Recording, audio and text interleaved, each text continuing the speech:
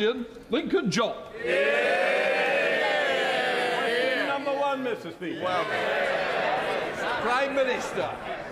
Can I also welcome the Canadian Speaker? And can I also welcome Mervyn Kirsch to the gallery today? He's a member of our greatest generation, a D-Day veteran who entered Bergen-Belsen days after it was liberated. Mervyn is 100 years old. I'm lucky to have met him twice, and I know that it took him many, many years before he felt he could even begin to tell his story. And we thank him for his service and the story that he has told us in respect of it. As we mark Armistice Day, we give our eternal thanks to Mervyn and all those who served, and remember the extraordinary sacrifice of ordinary people who fought to defend our freedom. Mr. Speaker, the House will also want to join me in remembering Holocaust survivor Manfred Goldberg. He showed the most extraordinary courage to share his testimony, and in his memory, we must ensure that never again means never again. Mr. Speaker, I welcome the news that SSE have announced that they will spend £33 billion on clean energy projects in this country. That's a major vote of confidence in the UK economy, happening because of our decisions to embrace the opportunities of clean power. Mr. Speaker, this morning I had meetings with ministerial colleagues and others. In addition to my duties in this House, I shall have further such meetings later today. Lincoln Job.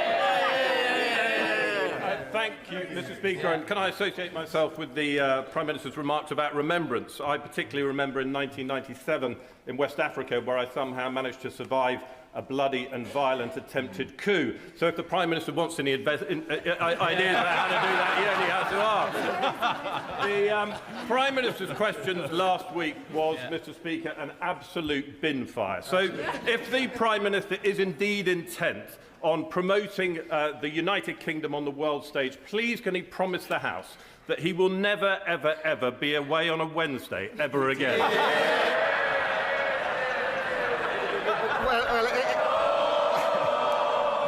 Well, it's always great to hear from the successor for Kwasi Kwarteng's constituency, Mr. Speaker. I'm very proud to represent our country on the world stage last week in COP, before that in NATO, and it's because of the reputation we've rebuilt over the last 15, 16 months that other countries now want to do trade deals with us and want to place their orders with us. Sally James. Thank you, Mr. Speaker, and can I also associate myself with the remarks from the Prime Minister? The Prime Minister will be aware of the campaign run by the trustees of the British Coal Staff Superannuation Scheme, which is campaigning to return the £2.3 billion investment reserve back to its members, 700 of which are in Doncaster Central. The Labour government delivered on its manifesto pledge for the MPS scheme last year, so will the Prime Minister also ensure that fairness and justice is delivered to the BCSSS members at the upcoming budget, and will he meet with me and other Coalfield MPs to discuss further? Well, I know how committed she is to righting historic wrongs for our mining communities, and I can assure her so am I. She will know we've already transferred £1.5 billion that was wrongly kept from over 100,000 former mine workers. Ministers, as she knows, have met the BCSSS trustees on several occasions. The Industry Minister is meeting them later on today, and I'll make sure that she's updated in relation to that. Can be made not the Leader of the Opposition. Thank you, Mr. Speaker. And can I associate my party with the Prime Minister's comments about Remembrance Week, and also his comments on Manfred Goldberg and Mervyn Kirsch, who is in the gallery today? Mr. Speaker, this morning on the BBC, the Health Secretary said there is a toxic culture in Downing Street that needs to change. He's right, isn't he? Mr. Speaker, my focus each and every day is on rebuilding and renewing our country. But let me be absolutely clear, any attack on any member of my cabinet is completely unacceptable. On the Health Secretary, Mr. Speaker, in relation to Health Secretary, he promised before the election that in the first year of a Labour government we'd deliver 2 million extra appointments. We didn't deliver 2 million, or 3 or 4. We delivered 5 million extra appointments. And today the Health Secretary is in Manchester, where he's announcing that because of the action he's taken to abolish NHS England, he's putting more people on the front line. He's doing a great job, as is the whole of my cabinet. Mr. Speaker, what we heard the Health Secretary say this morning was that he wants to cut waiting lists, but we all know that there's only one waiting list that he really wants to cut. But the Prime Minister is not going to do anything about the toxic culture. This is his responsibility. Just last night, his allies accused not just the Health Secretary, but the Home Secretary and even the Energy Secretary of launching leadership bids. These attacks came from Number 10, nowhere else, his toxic Number 10. The person responsible for the culture in Number 10 is his Chief of Staff, Morgan McSweeney. Does the Prime Minister have full confidence in him? Morgan McSweeney, my team and I are absolutely focused on delivering for the country. And let me be clear, of course, Mr. Speaker, I've never authorised attacks on Cabinet members. I appointed them to their posts because they're the best people to carry out their jobs. And Mr. Speaker, she asks about waiting lists. Waiting lists are down under this government.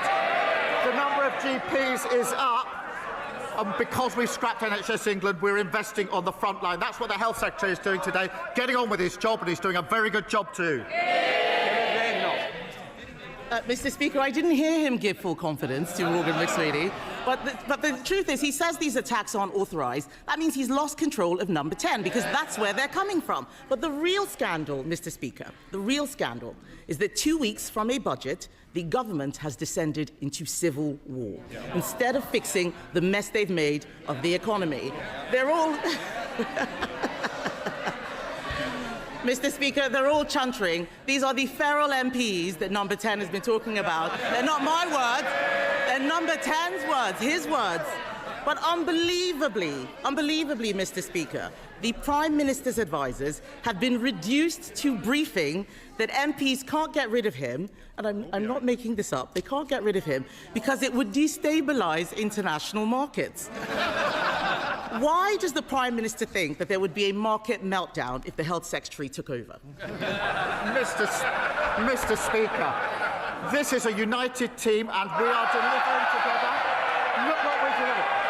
The fastest growth of the G7. 5 interest rate cuts. Trade deals with the EU, the US and India, all of which they oppose, we've delivered. And I can update the House. If people want to audition for a pantomime, I suggest you go to the Old Vic. Pantomime. Mr. Speaker, I can update the House. The Bank of England has upgraded growth today. We've secured £230 billion of private investment. And just this morning, I thought she might welcome it, the SSE have announced £33 billion of investment in clean power. That's what this team are delivering for the country, fixing the mess that they left.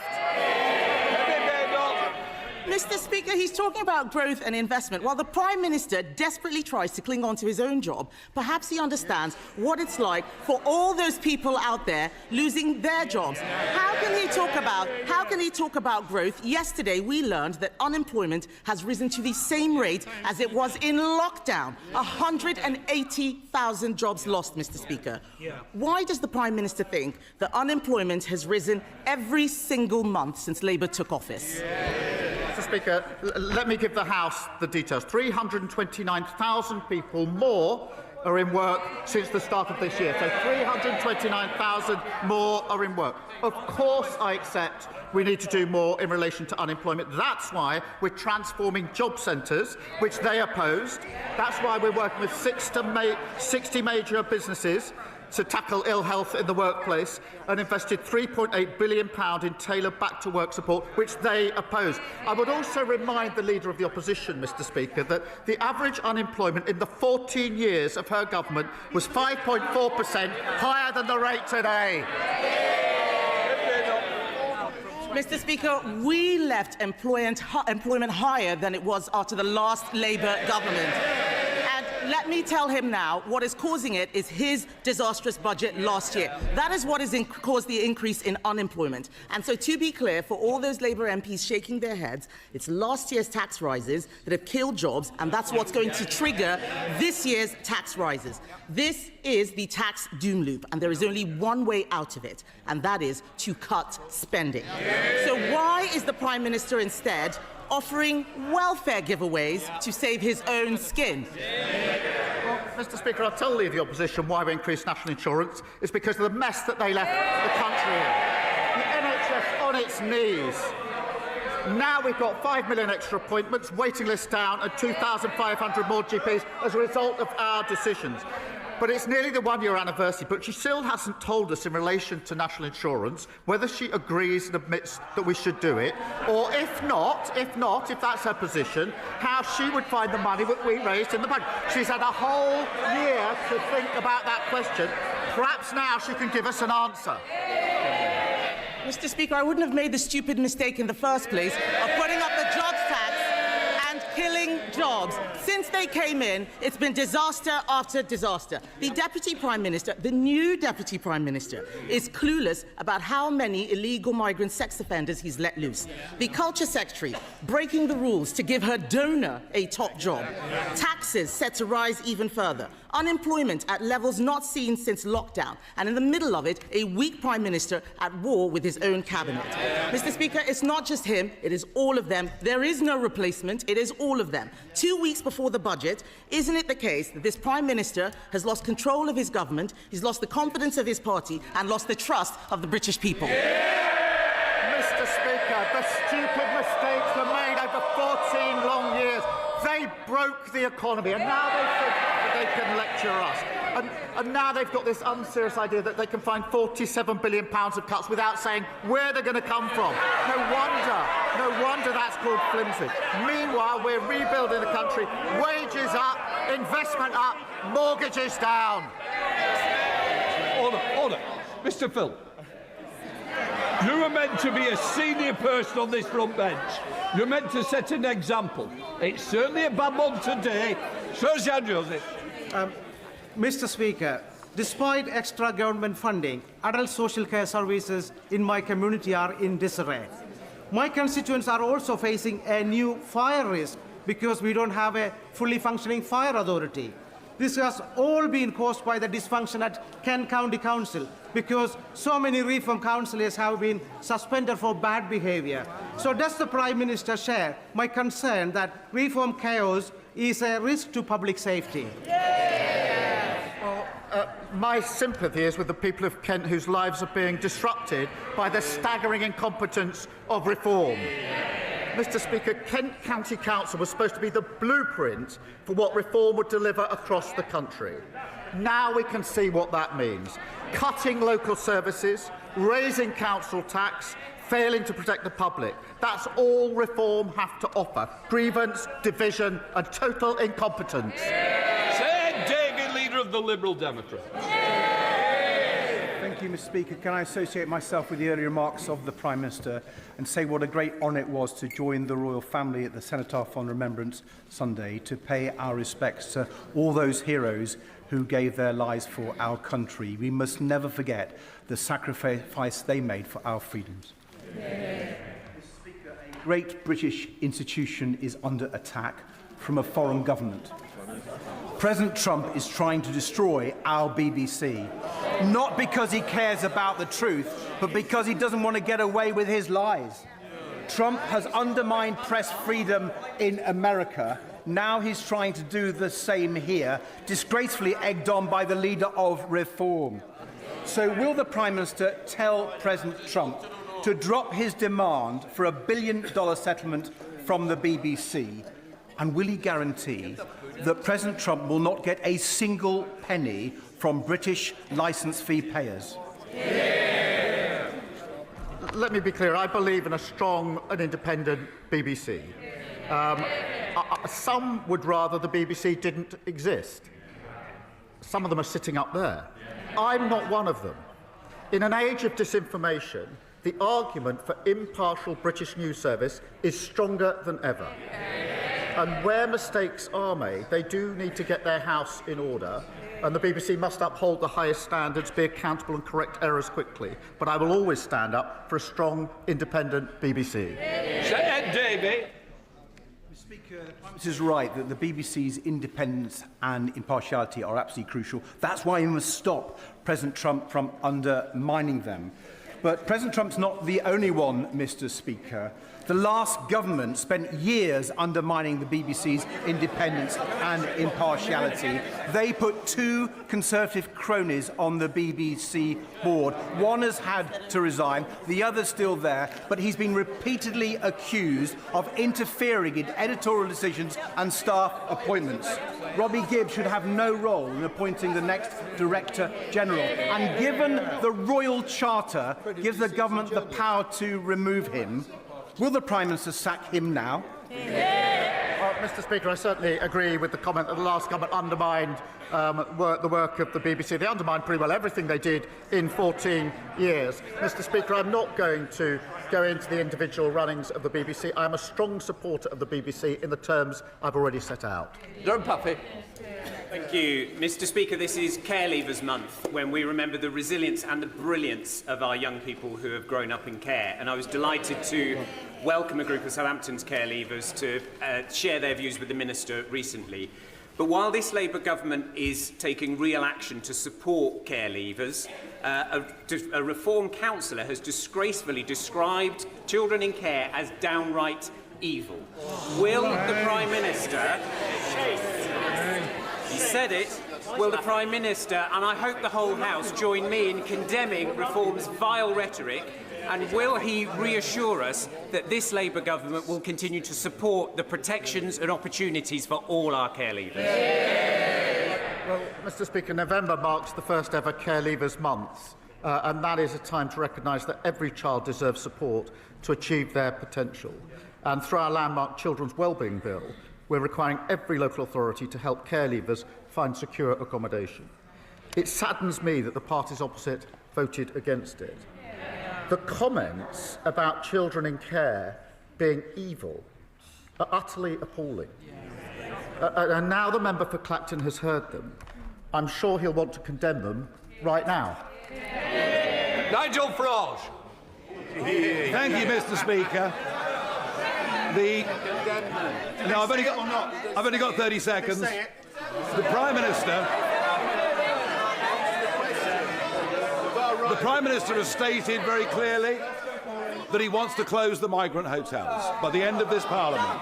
Well, the Reform-led West Northamptonshire Council, brilliantly led council, will be issuing foreclosure notices on 3 migrant hotels within the next few days in response to grave public concern about the safety of women and girls on the streets of West Northamptonshire. Would the Prime Minister approve of us speeding up the closure of the migrant hotels? Mr. Speaker, we will grit the mess we inherited and close every hotel. At their peak, under the previous government, there were 400 hotels. Now there are only 200 remaining. But he says he doesn't have time to condemn the comments calling children in care evil. He's also not had the time, it appears, to condemn the racist comments of his own MP. Utterly spineless. Jeff Smith. Thank you, Mr. Speaker. Last week I visited the new diagnostic centre at Withington Community Hospital, and as well as the 85,000 new appointments it's going to create, I was really pleased to see the new solar panels and heat pumps being designed into the building. So in the week of COP, and can I thank the Prime Minister for his climate leadership and attending COP, in the week of COP, what more can we do to ensure that new public buildings have green energy designed into them? Well, Mr. Speaker, I was very proud to attend COP last week, and the UK is leading on tackling climate change, delivering energy security and getting bills down and generating hundreds of jobs across the country. We're investing over £250 million to put rooftop solar on schools, hospital and military sites across the country, and that will deliver £400 million of savings to renew our public services. Angus MacDonald. Prime Minister, successive governments impose massive environmental tariffs on customers using UK-produced renewable electricity, but far less on imported carbon fuel mains gas. This is the main reason why those not on the gas grid, i.e. those living in rural Britain, pay a great deal more to heat their properties. Yes, renewable projects are important, but the huge environmental tariffs on our electricity bills are not fair. Would the Prime Minister acknowledge this injustice and commit his government to addressing this? Thank you. Can I absolutely recognise the need to address the imbalance between electricity and gas prices? We are exploring options to create a fairer system, and I'm happy for ministers to keep him updated on what we're looking at. It's thanks to those levies and Labour's expansion of the Warm Homes discount that 6 million families will be getting £150 off their energy bills this winter. And I know that he will welcome the £33 billion in investment from SSE, helping connect clean energy to areas across Scotland where it's most needed. Lindsay Powell. Thank you, Mr. Speaker. Prior to the general election, the Health Secretary visited Amber Valley and declared it an NHS dentistry desert. Since then, I've secured £240,000 of additional funding, encouraged my constituents to access the 16,300 emergency appointments in Derbyshire, and last week secured thousands of extra UDAs. But there is more to do. So can the Prime Minister update me on the progress of the contract negotiations with the BDA and the timescale that the department is working to? Well, Mr. Speaker, I'm appalled that we inherited such a situation where tooth decay is the most common reason where children between 5 and 9 are admitted to hospital. Every children's hospital under their watch, going in 5 to 9. I was very shocked when I heard this the first time at Aldhay Hospital up in the northwest, that more children being admitted to have their teeth taken out because they're rotting between the ages of 5 to 9 than any other operation. That was their record. They should just be ashamed of it. Ashamed of it. It's why I'm determined to rebuild NHS dentistry. I can confirm that discussions are underway with the sector, including the British Dental Association, on fundamental reform to the dental contract to get her constituents the care that they need and that they deserve. Thank you, Mr. Speaker. Jehoots Pharmacy has been responsible for repeated closures, leaving staff unpaid and residents without access to vital medicine.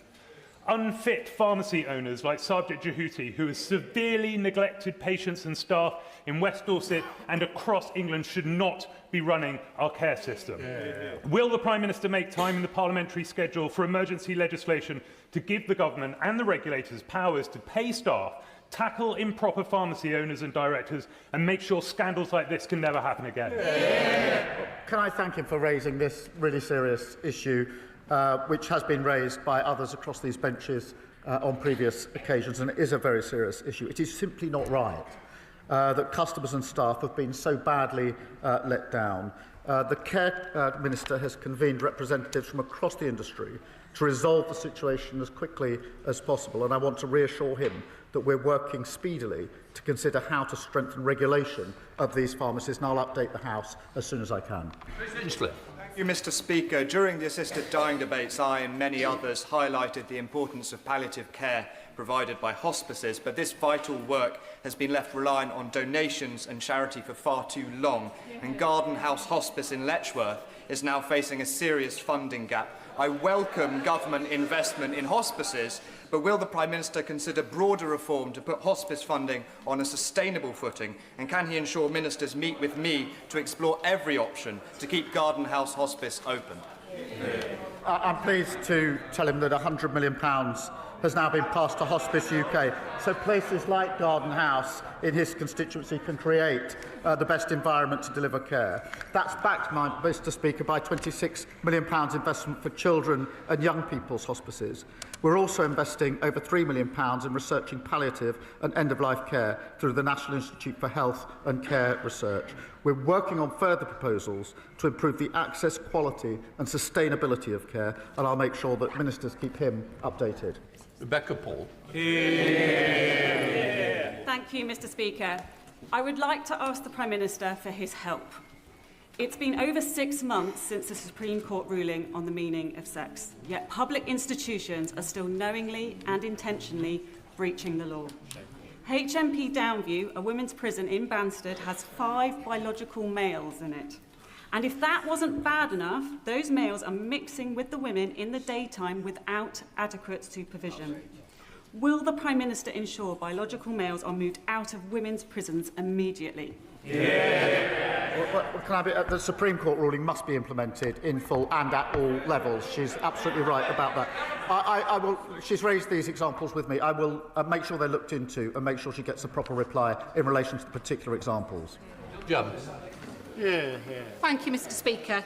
With miles of golden sand and a bucket full of memories, Rhyl has been attracting visitors for generations. After millions of pounds of Welsh Government investment and a £20 million UK Government Neighbourhood Fund, Rhyl is on the up.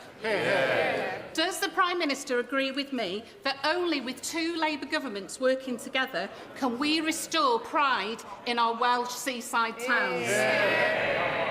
Join me for a stroll on our new promenade to see just what Rhyl has to offer. Well, that's a very appealing invitation just at the moment.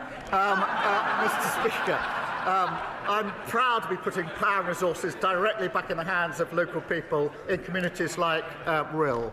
That £20 million can be used for issues that matter most to them, include revitalising their high street, a cause that I know is crucial to many residents, including hers.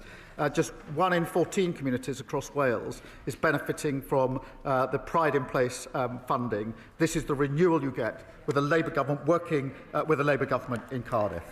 Max Wilkinson. Thank you, Mr. Speaker. Maternity services are a vital part of women's healthcare, but sadly too many women are being failed.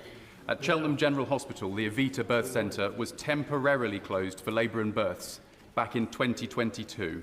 Last week we learned that there will be no decision about a potential plan for reopening it until spring next year. Does the Prime Minister agree with me that 4 years is far too long to ask local mums-to-be to wait?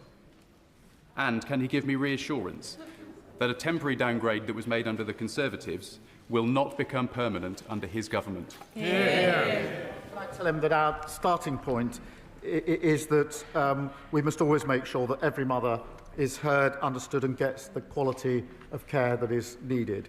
The Independent National Maternity Investigation and Local Health Needs Assessment are due to report in spring of next year, as he says. It's right that the recommendations of both of them are closely considered in any decision for Cheltenham, and I'll make sure that he's kept updated as that rolls out. Jim Dixon. Thank you, Mr. Speaker. Can I say that I've long thought that both you and the Prime Minister would suit a magnificent moustache, and I'm sure you'd be capable of growing a better one than this. Many of us men in this House and outside are growing our tash out this month to highlight the need for our health system and men ourselves to address preventable and treatable conditions to which all men are vulnerable, including prostate cancer, testicular cancer and mental health conditions such as depression. Does the Prime Minister agree that the forthcoming first ever men's health strategy, soon to be published, must lead to a major step change in the way our country helps men stay well? Well, as he knows, my #1 priority is growth, so I'm very glad to see his upper lip. He's obviously championing this himself. And can I send my best wishes to everyone growing a moustache this November? It is right, Mr. Speaker, to highlight that men are hit harder by a range of conditions, including cancer, cardiovascular disease and type 2 diabetes. And that's why our men's health strategy will set out actions to improve the health of all men in England. Rupert Noel. Thank you, Mr. Speaker. Every week we hear of a brutal murder, rape or stabbing, far too often perpetrated by someone who should not be in our country to begin with. Does the Prime Minister agree that for cases where the guilt is so undeniable, the crime so monstrous, the evil so irredeemable, the reintroduction of the death penalty for both foreign and domestic criminals should be put to the British people in a legally binding referendum? Can I first say that any attack is to be condemned, and it is absolutely right, and we're determined that there is a criminal justice response in relation to attack, however it's carried out and whoever it's carried out by.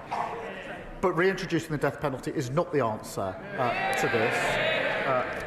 it didn't work when it was in place. It led to the death of those that, in fact, turned out were innocent.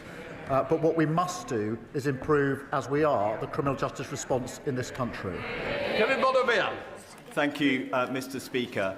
I want to pay tribute to a new veterans group in Stevenage called the Muster Point, founded by Stuart Mendelsohn and Steve Black. Last week, I joined them at a continuous 72-hour vigil at Stevenage War Memorial, where veterans shared stories of family and friends lost in war. But veterans deserve more than just our tributes. So will the Prime Minister commit to working with veterans in Stevenage and across the UK in delivering this government's new veteran strategy in full? One of the greatest honours in this role is meeting and thanking our armed forces for their service, which obviously we've been able to do during the course of this weekend and this week. Our ambition is to bring the Armed Forces Covenant fully into law in the next Armed Forces Bill, and we will do so. We're also renewing the contract with those who serve through our veterans strategy, including Homes for Heroes, a new network of support centres connecting charities and services with veterans. And Labour patriots stand with all those who serve and have served our country. Stuart Anderson. Thank you, Mr. Speaker. And on that point, with the upcoming vote on the Northern Ireland Troubles Bill, 9 of the most respected and experienced generals of a generation have publicly attacked the government's approach on lawfare against our armed forces. They have said it will erode trust in the justice system and it is a threat to national security. As a veteran who served in Northern Ireland during the Troubles, does the Prime Minister think they're all wrong? And when is he actually going to start standing up for our veterans? Can I begin by thanking him for his service to our country? And when former service chiefs raise an issue, we will, of course, engage with them. Of course, I respect their service and their views, and will do so. We are having to get rid of unlawful legislation and putting in place a system with clear rights and protections for veterans, and we'll continue to try to get that balance right. Claire Anderson. Thank you very much, Mr. Speaker. 4 years ago, I brought in a private member's bill to ban the sale of wet wipes with plastic in. The last government dragged its feet. These wet wipes cause fatbergs in our sewers and millions of pounds on our water bills for all of our constituents and pollute rivers and seas.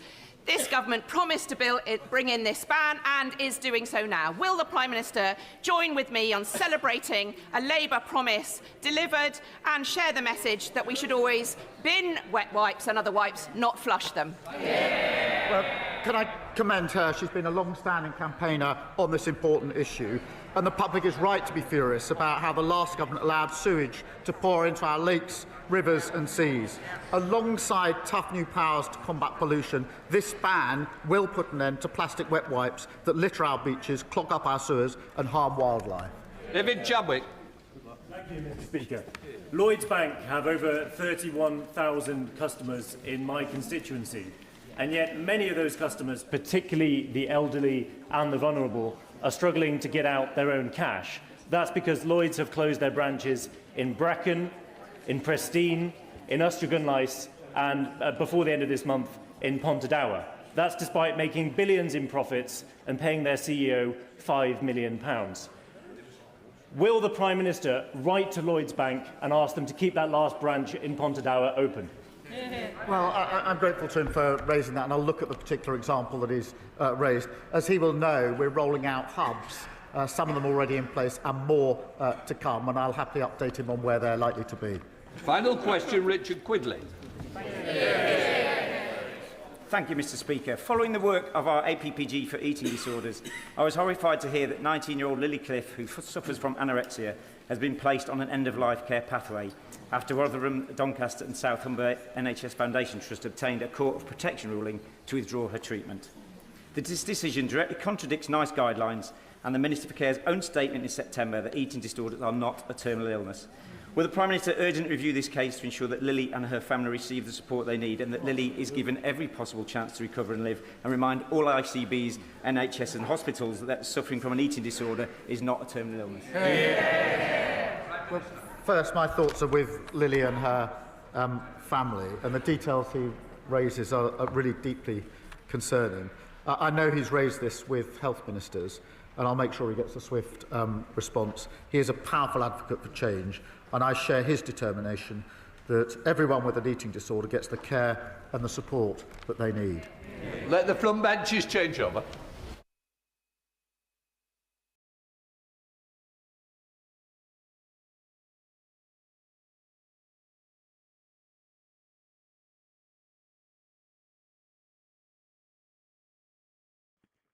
Okay, well, there you go.